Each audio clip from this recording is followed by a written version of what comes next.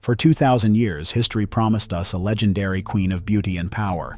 But new DNA evidence and a mile-long hidden tunnel suggest Cleopatra's real battle was against something far more terrifying, a deadly inheritance buried in her bloodline. As an outsider digs beneath the Egyptian coast, every clue threatens to shatter everything we thought we knew. Could the truth about Cleopatra's body rewrite not just her legacy, but the story of ancient Egypt itself? Kathleen Martinez arrived at the windswept ruins of Taposiris Magna with a plan that set her apart from every archaeologist before her. A criminal lawyer from the Dominican Republic, she treated Cleopatra's burial not as legend, but as a cold case, one that had gone unsolved for 2,000 years. While others combed the familiar streets of Alexandria, Martinez questioned every assumption. She pored over ancient texts, court records, and temple blueprints, looking for inconsistencies and overlooked details. Where had the Romans searched, and what routes would have been too dangerous, too unstable, or too secret for an occupying army to risk? Her legal mind mapped out motive, opportunity, and means, not just for Cleopatra's death, but for her disappearance. Securing permission to dig in Egypt proved almost as difficult as the excavation itself. Martinez faced years of skepticism from officials and academics who doubted both her credentials and her theory. She waded through repeated delays for permits and funding was scarce. Yet she persisted, assembling a team and launching her first season of fieldwork in the mid-2000s. Each setback only sharpened her resolve. She treated the site like a crime scene, deploying ground-penetrating radar and forensic-style documentation. Every artifact was logged, every layer of earth sifted for evidence, each coin and each scrap of pottery a potential clue. Taposiris Magna, 30 miles west of Alexandria, had long been dismissed as a backwater shrine.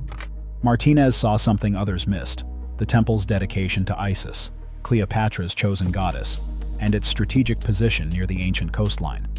She believed the queen's final act was not surrender, but a calculated bid for immortality, hidden beneath the gaze of the gods. Martinez blurred the line between detective and archaeologist. She built timelines, reconstructed Cleopatra's final days, and imagined the routes loyalists might have taken to evade Roman patrols.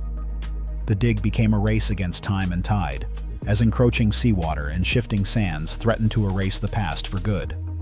Years of painstaking excavation yielded fragments of a story.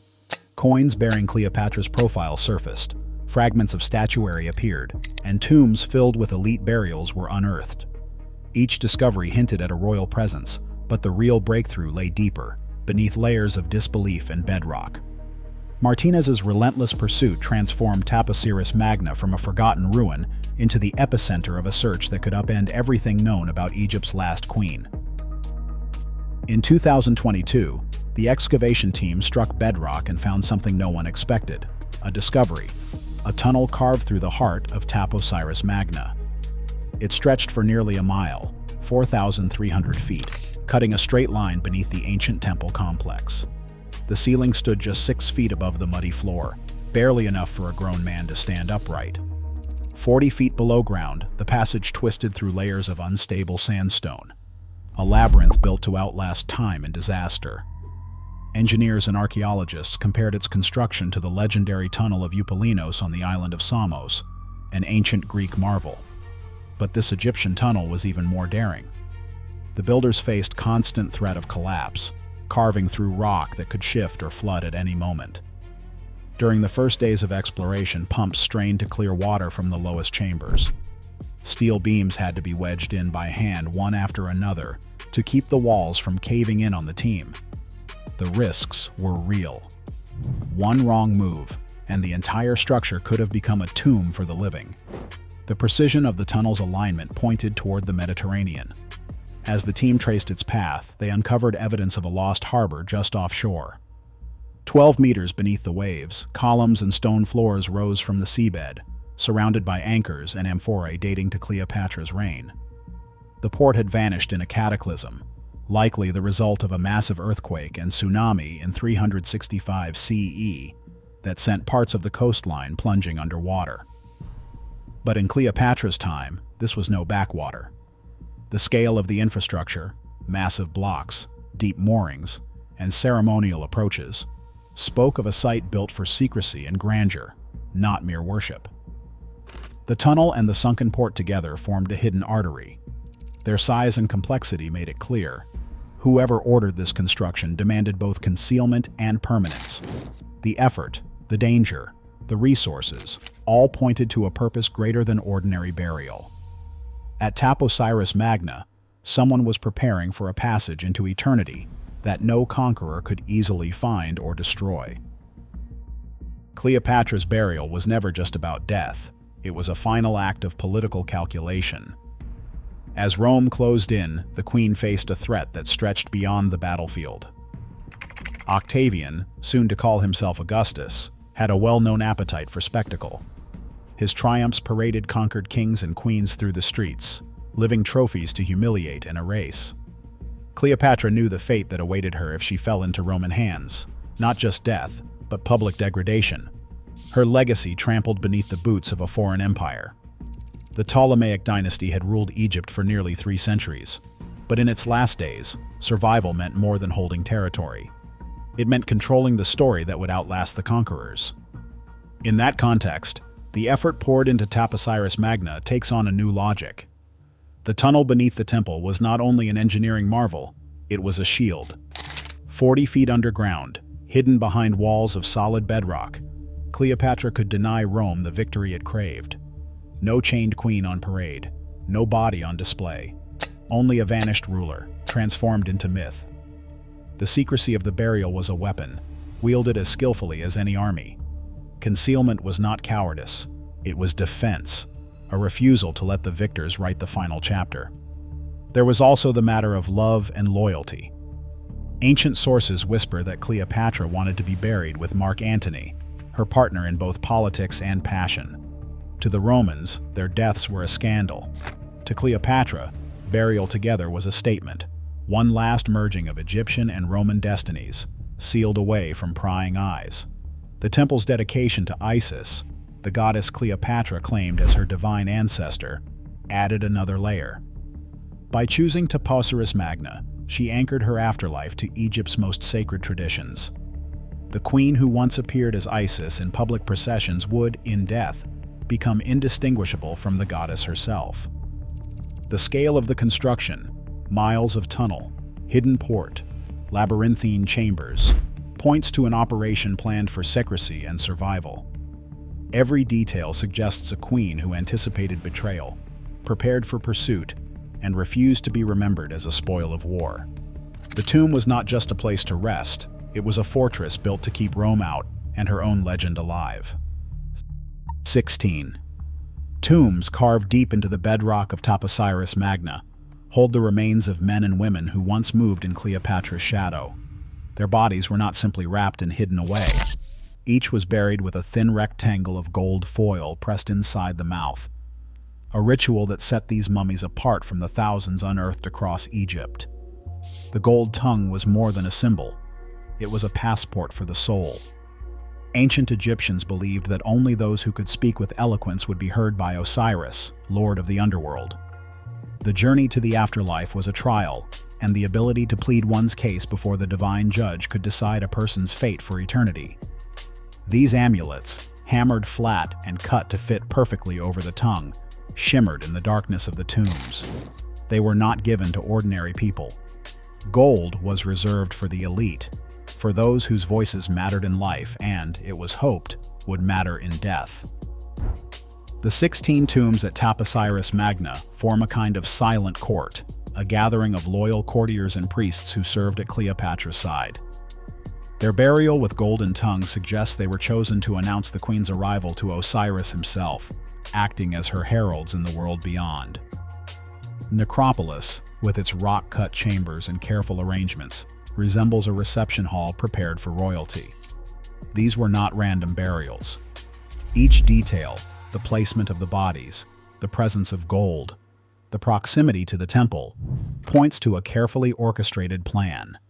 In death, as in life, Cleopatra's inner circle was expected to serve, to speak, and to secure her place among the gods. The evidence from these tombs reveals a society obsessed with ritual, status, and the power of the spoken word. even in the shadowy realm of the dead. Arsinoë IV was more than Cleopatra's sister. She was her most dangerous rival. In the chaos after their father's death, Arsinoë seized the moment. While Cleopatra fled into exile, Arsinoë declared herself queen, rallying Egyptian forces and outmaneuvering Roman generals. During the Alexandrian War, Arsinoë's army trapped Julius Caesar himself inside the palace, forcing him into a desperate siege. It took weeks of brutal fighting before Roman reinforcements broke the deadlock. Ptolemy XIII drowned in the Nile, but Arsinoë was captured alive. Instead of execution, Caesar chose spectacle. In 46 BCE, Arsinoë was marched through Rome in chains, a teenager paraded as a living trophy.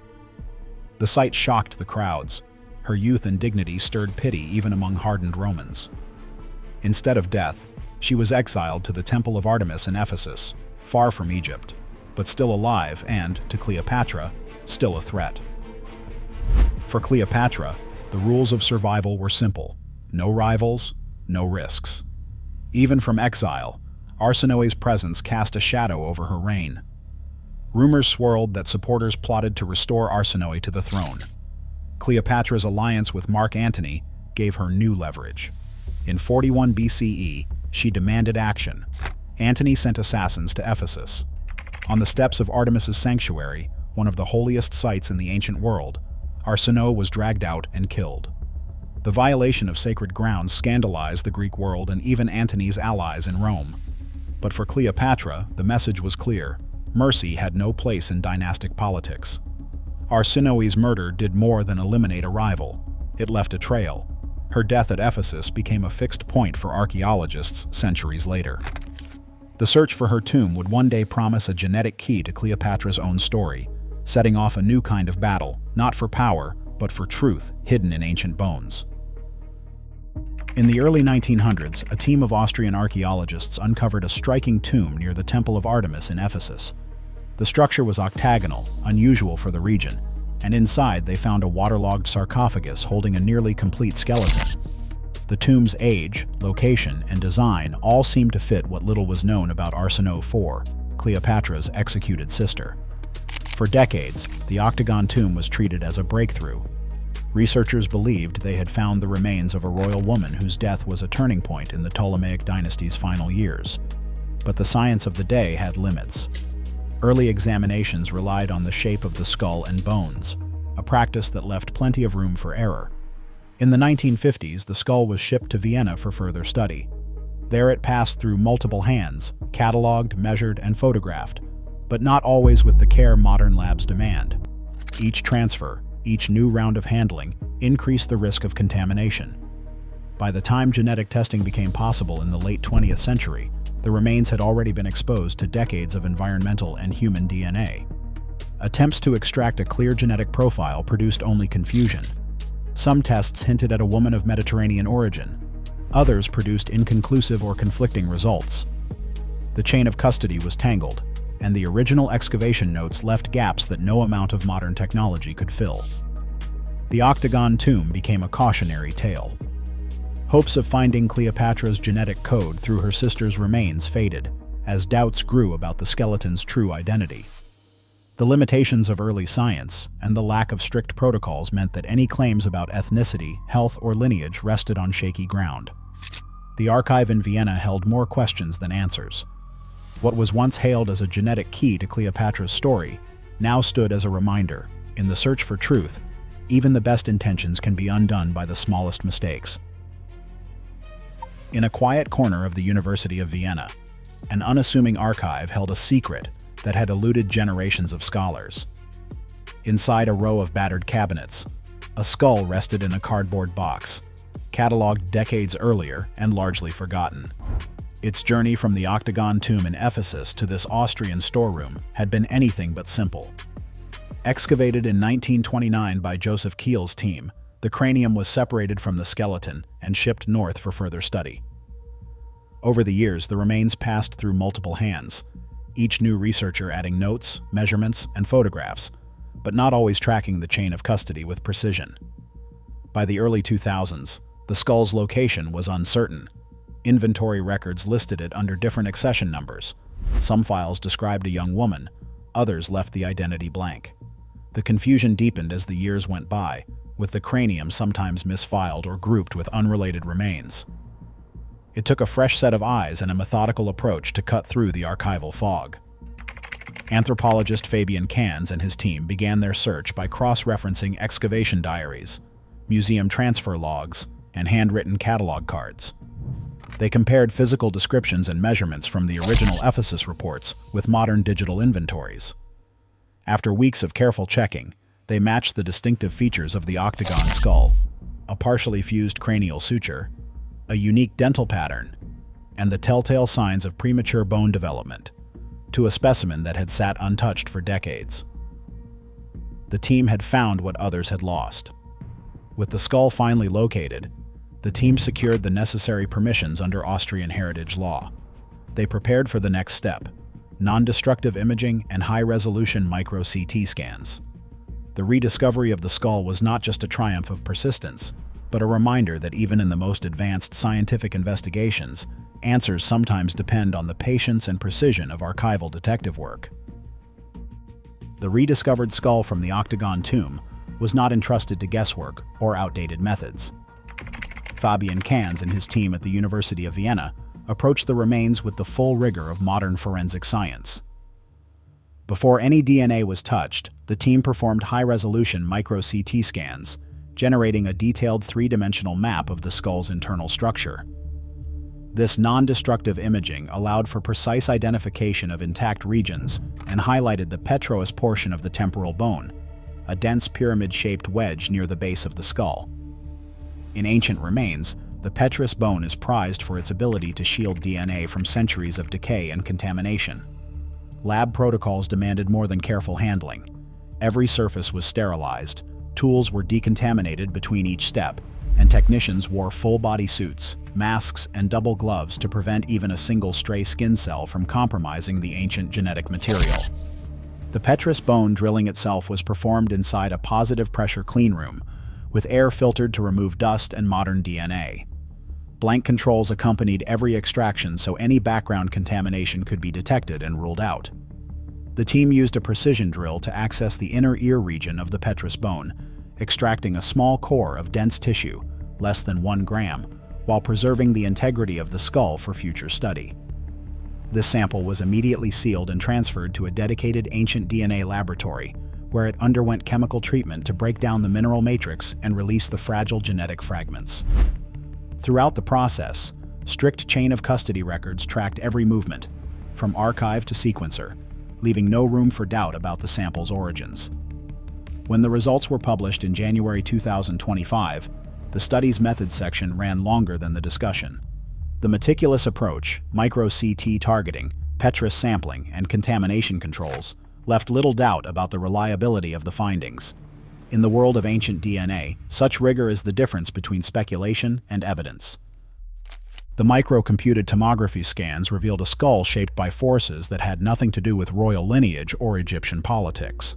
The bone structure was unmistakable: a slanted upper jaw, uneven dental wear, and a cranial suture fused decades too early.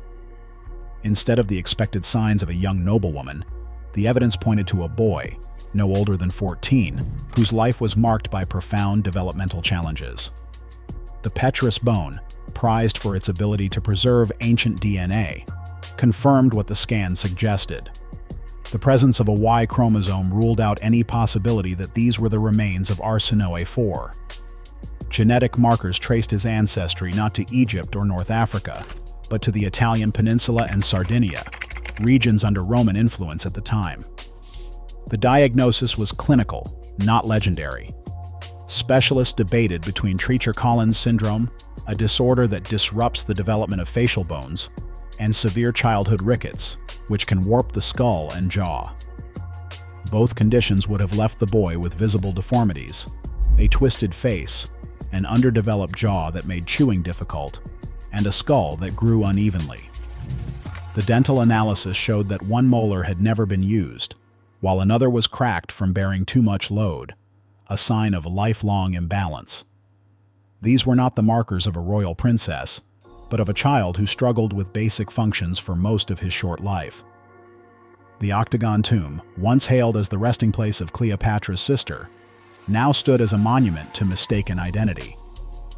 The grandeur of the burial, the prestigious location near the Temple of Artemis, and the elaborate architecture raised new questions. Why would a boy with such severe disabilities be interred in a structure reserved for heroes or demigods? The answer remains elusive, but the implications are clear. The genetic key to Cleopatra's dynasty was never hidden in Ephesus. The story locked in these bones was one of misdiagnosis, outsider origins, and a body shaped by struggle, not by royal blood. Royal blood was supposed to guarantee strength, but in the Ptolemaic dynasty, it became a dangerous gamble. For nearly 3 centuries, the family tree of Cleopatra's ancestors grew not outward, but inward, branching in tight circles as brother married sister, uncle wed niece, and generations doubled back on themselves. This was no accident. The dynasty followed both ancient Egyptian and Macedonian customs, believing that only the purest blood could hold the throne. By the time Cleopatra was born, her genetic inheritance was the product of at least 6 generations of close kin unions. Modern geneticists use a measure called the inbreeding coefficient to estimate how much of a person's DNA is identical by descent. In the general population, a child of first cousins reaches about 6%. But the Ptolemaic dynasty pushed this number to extremes. Cleopatra's inbreeding coefficient is estimated at more than 45%, a figure that means nearly half her genetic code was duplicated, inherited from the same ancestor on both sides. For comparison, Charles II of Spain, the most infamous inbred monarch of early modern Europe, had a coefficient of 25%. He was so severely affected that he could not speak until age 4 or walk until age 8. His jaw was so malformed that he could not close his mouth, and he died at 38 with a body ravaged by disease and deformity. The calculation for Cleopatra comes from reconstructing her family tree using royal decrees, inscriptions, and king lists. Each sibling marriage compounded the genetic risks, creating a loop where recessive genes, often harmless when paired with a healthy copy, were left exposed.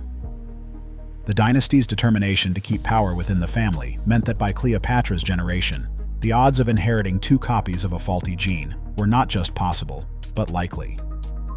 Simulations of the Ptolemaic lineage show that more than 2/3 of Cleopatra's genome would have formed long, uninterrupted stretches of identical DNA, known as runs of homozygosity. These runs are genetic minefields, places where rare disorders can surface without the protection of genetic diversity. The numbers are stark. Cleopatra's genetic risk was nearly double that of Charles II, whose life was a cautionary tale for royal inbreeding. In the Ptolemaic court, this was not a hidden danger. It was a mathematical certainty, built into every royal marriage contract and every coronation. The consequences were not just theoretical. They shaped the bodies, minds, and fates of Cleopatra's ancestors, and set the stage for the medical mysteries that would surround her own life. Ptolemy VIII, remembered by ancient writers as Physcon, left behind a medical mystery that has haunted the Ptolemaic record. His nickname, meaning pot-belly, was just the start. Historical accounts describe him as grossly overweight, with swollen legs, a thick neck, and eyes that seemed to bulge from their sockets. Supporters sometimes had to prop him up so he could stand in public. Plutarch and other chroniclers noted his shortness of breath and lethargy, but also episodes of wild, unpredictable energy. For centuries, these symptoms were dismissed as the marks of royal decadence or personal vice. Today, they read more like a clinical profile. Medical historians now recognize this symptom cluster: obesity, goiter, prominent eyes, and erratic mood swings as classic signs of an autoimmune disorder attacking the thyroid. Graves' disease, named for the Irish physician who described it in the 19th century, can cause the thyroid gland to swell, pushing the neck outward and the eyes forward. The excess hormones it releases flood the body, triggering bursts of manic energy, rapid speech, and insomnia. In severe cases, the heart races, muscles weaken, and the mind can veer from brilliance to agitation in a matter of hours. Cleopatra's own reputation for tireless vitality stands out in the ancient record.